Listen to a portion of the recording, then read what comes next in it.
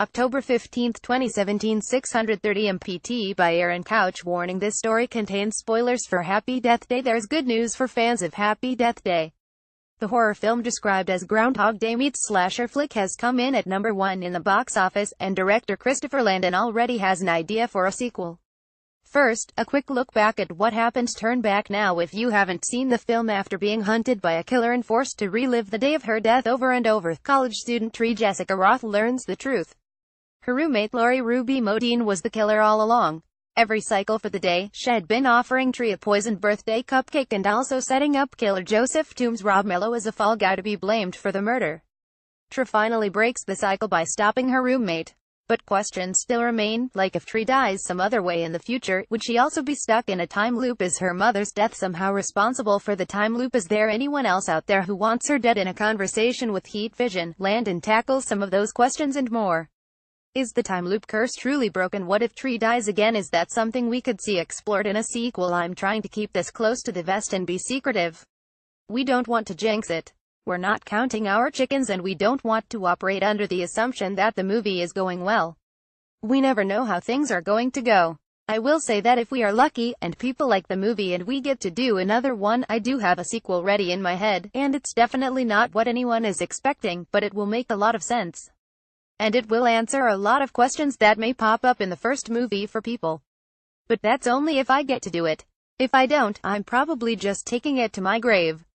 How did you figure out who the killer would be? The original writer, Scott Lobdell, in his draft I was working off of, Lori and Gregory Tree's professor, played by Charles Aitken, were the killers together. They were a psycho couple murdering Tree together. That ultimately didn't work for me. I thought Gregory was a great opportunity to be a suspect. To make him a killer, it didn't help me. That was a change I really wanted to make. And I loved creating this false ending. And in order to do that, in his old draft, it wasn't Tree's birthday. She never got a cupcake. None of that stuff happened. I thought, if Lori is trying to kill her every day in the start, right from the beginning of the movie, was unsuccessful, and ultimately it finally works. That was something I played with. Once I had the Lori thing in place, then it was just about going back and creating in this type of a movie, credible red herrings. It wasn't a difficult task because Tree was such an unlikable person at the beginning of the movie. She has all these people that might want to kill her. That was kind of the fun of the movie too. She's such a shitty person that there are plenty of suspects out there.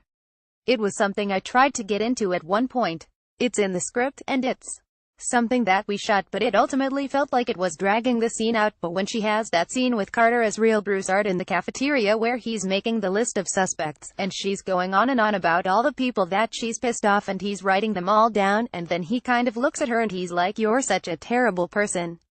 She finally stops for a moment and realizes, "Oh my god, I've wronged so many people." How did your Groundhog Day reference come about? This is a happy accident. I had written a Groundhog Day reference earlier in the movie in the cafeteria scene, and I had to make some changes to the movie, so that scene we ended up reshooting it. I got rid of it because I realized it would work so much better at the end of the movie, after we've been through the experience and the whole journey. And if you look at Carter's bedroom, The Room, there's a bunch of my favorite movies growing up. There is a They Live poster and a Back to the Future poster, and a Mystery Science Theater poster. This dude knows Groundhog Day. He may be young, but he knows that movie. In reality, most kids their age don't. Tree would never know Groundhog Day. That was part of the fun for me. Playing on these two different types of people who have so much chemistry and work so well together. The most important thing was I pay respects to Groundhog Day. None of this would be happening without it. It's the granddaddy of all of these movies.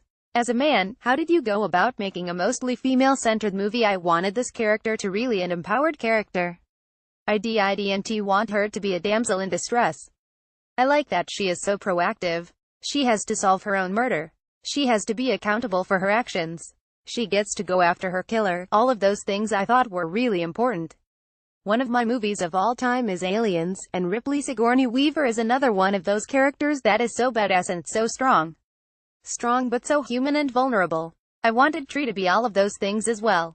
I feel very connected to my female characters. I don't know if that's partly because I'm a gay man. What is your favorite scene in the film? I'm a bit of a sap at heart, and I make scary movies, but I really have this kind of thing. I really do like the scene when she finally meets her dad. It's kind of the culmination of so many things in the movie. Beyond her fighting back and taking her power back, I think she truly becomes a new person when she finally sits down with him and says, "I miss Mom, and I'm sorry that I treated you so badly." It's such a powerful moment for me, because I think it's so hard for people to say I'm sorry. It takes a really strong person to do that. Happy Death Day.